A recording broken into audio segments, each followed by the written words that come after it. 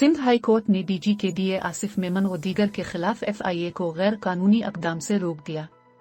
Justice Mohammad Iqbal कहोड़ो ने remarks दिए कि सरकारी अफसर हैं कहीं नहीं भाग रहे, उनके खिलाफ गैर कानूनी इक़दाम न किया जाए। सिंध हाई कोर्ट में डीजी के डीए आसिफ मेमन की एफआईए और दीगर के खिलाफ दरख्वास्त पर समाअत हुई। जस्टिस मोहम्मद इकबाल कहोड़ो ने इस्तिफसार किया कि आसिफ मेमन के खिलाफ कितनी इंक्वायरियां जारी हैं।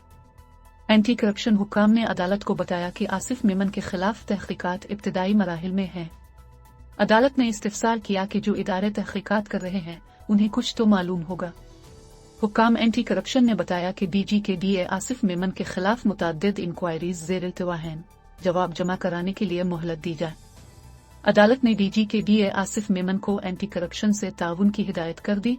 अदालत ने कहा कि एंटी करप्शन तहकीकात से मुताल्लिक जो मांगे अब उन्हें फराहम करे।